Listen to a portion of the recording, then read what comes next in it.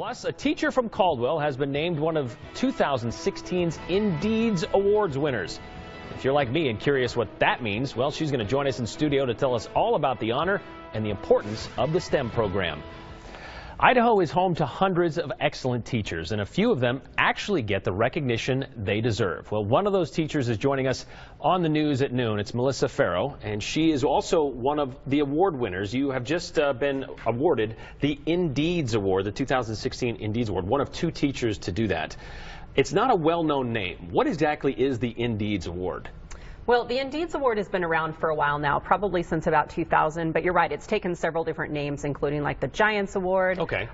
It's always been an opportunity to try and recognize teachers who are reaching out to industry and community partners in an attempt to put resources into classrooms, to put volunteers and mentors into classrooms, and help build a stronger workforce for Idaho.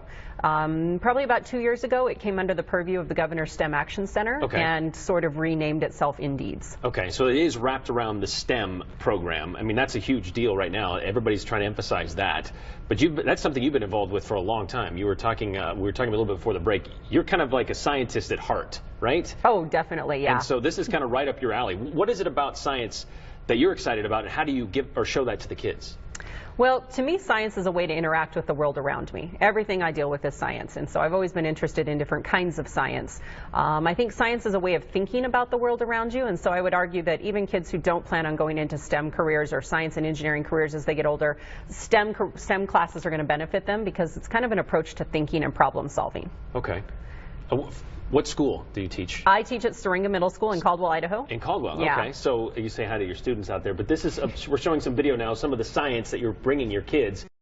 What is it about STEM that we think we really need to emphasize? You talk about how important it is. Why is that such a push right now? Well, I think that when you look at the job force that the state of Idaho needs right now, and in fact our country needs right now, there's a real demand for people who have the types of skills that go along with science and engineering careers.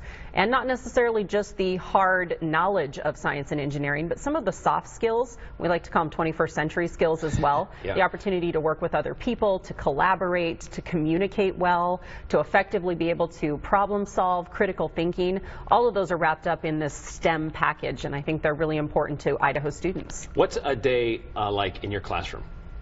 Well, I teach 5 different subjects every day, so Really? Every class period is different. But I would say that the main focus involves getting students involved in actually doing science. Mm-hmm. I think in the past, science classrooms have been a lot of watching other people do science, either on a video or in a textbook. And for me, it's all about getting my students to see themselves as scientists and engineers. So when you walk into my classroom, you'll usually find kids actively engaged in science. I like to say that science should be a verb, not a noun. The English teachers in my building hate it when I tell them that. But to me, I need to see my students actively engaging in those critical thinking skills, whether it be on a project, whether it be working with a mentor from our community, whether it be building their own understanding of a scientific concept in a lab activity or a demonstration, but definitely active classroom. And it's important to get these kids to science stuff early on, right? Get them young. Right. In fact, I actually just was reading a study last week talking about the fact that right now when we talk about a gap in the STEM pipeline, we mean kids are not leaving K-12 education and going into college courses about STEM or into the STEM workforce. And we originally have kind of proposed that gap happens somewhere around middle school or maybe high school, that they start becoming disengaged and disenfranchised by science and engineering courses. But recent research is actually showing it's happening even earlier than that, especially when you deal with students like the students of the Caldwell School District who are coming from low socioeconomic backgrounds. Right. Or from a minority population. They're becoming disenfranchised as early as kindergarten and first grade because Wow. they don't have background experiences to connect their knowledge to. Okay. To me, in order to really enjoy science and be engaged in it, you have to smell it, taste it, touch it, and roll around in it.